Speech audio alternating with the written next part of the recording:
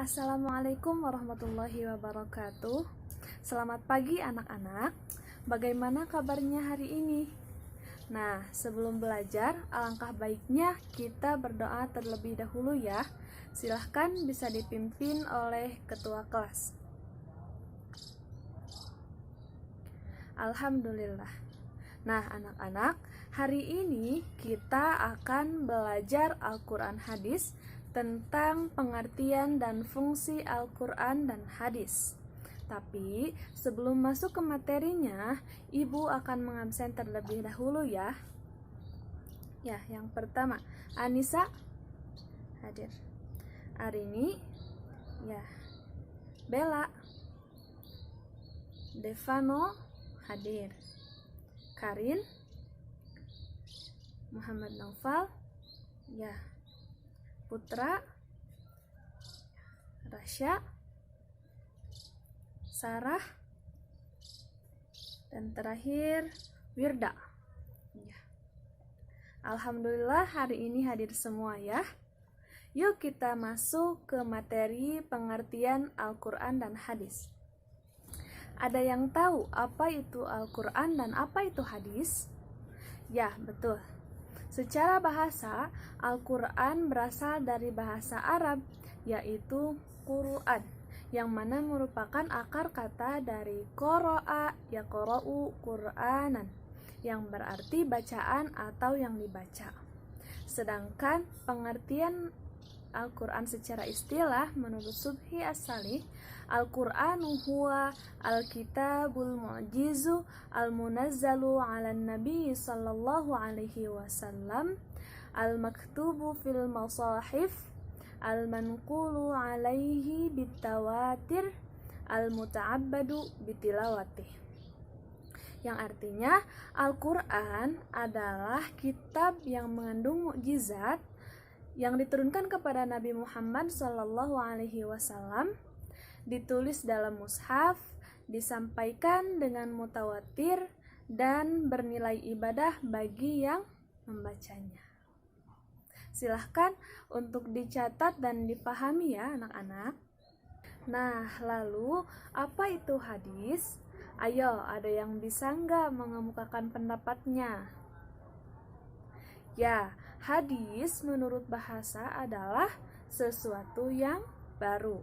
Sedangkan menurut istilah syar'i, hadis adalah segala perkataan, perbuatan, ketetapan, dan persetujuan dari Nabi Muhammad SAW yang dijadikan sebagai ketetapan hukum dalam syariat agama Islam. Nah, hadis itu merupakan sumber kedua setelah Al-Quran. Oke, lanjut ke pembahasan yang selanjutnya ya, yaitu fungsi Al-Quran. Ayo, siapa yang bisa menyebutkan apa aja sih fungsi Al-Quran itu? Nanti Ibu kasih nilai nih. Ya, silahkan Arini. Ya. Ya, hebat sekali. Jadi, fungsi Al-Quran itu adalah yang pertama, petunjuk bagi manusia atau biasa disebut dengan Al-Huda. Sesuai dengan firman Allah dalam Quran surat Al-Baqarah ayat 2, yaitu Dzalikal kitabul la raiba fihi hudal lil muttaqin.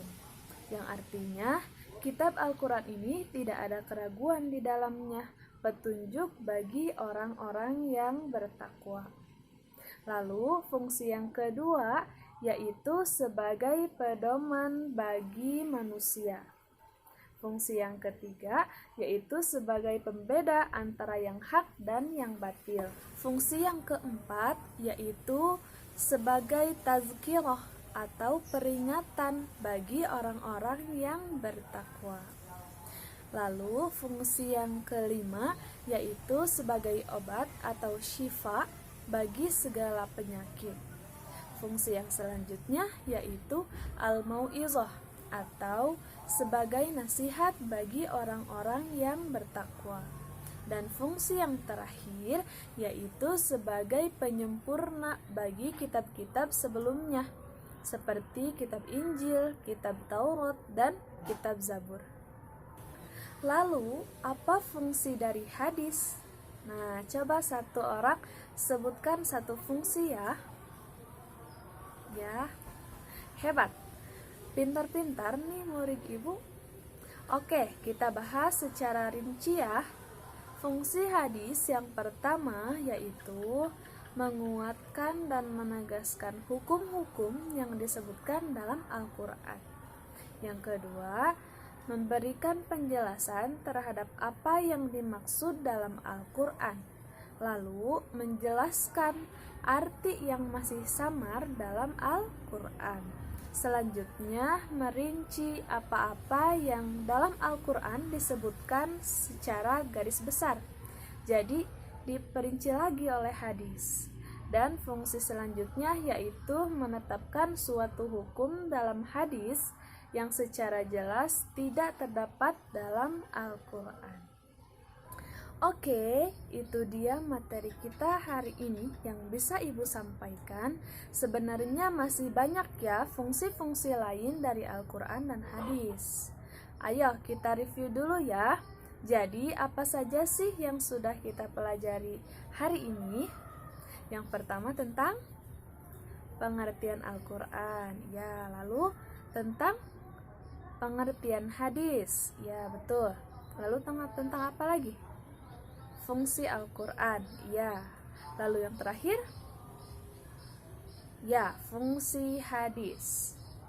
Oke, alhamdulillah ya, untuk pelajaran hari ini telah selesai. Kalian hebat, kalian pintar, kalian sangat antusias dan aktif pada pembelajaran hari ini. Ibu berharap kalian semua selalu bersemangat dan bersungguh-sungguh dalam menuntut ilmu. Terima kasih untuk hari ini, semoga kalian sehat selalu. Sampai jumpa di pembelajaran Al-Quran Hadis minggu depan. Ibu akhiri pembelajaran hari ini dengan mengucapkan Alhamdulillahirrabbilalamin. Billahi taufiq wal hidayah. Wassalamualaikum warahmatullahi wabarakatuh.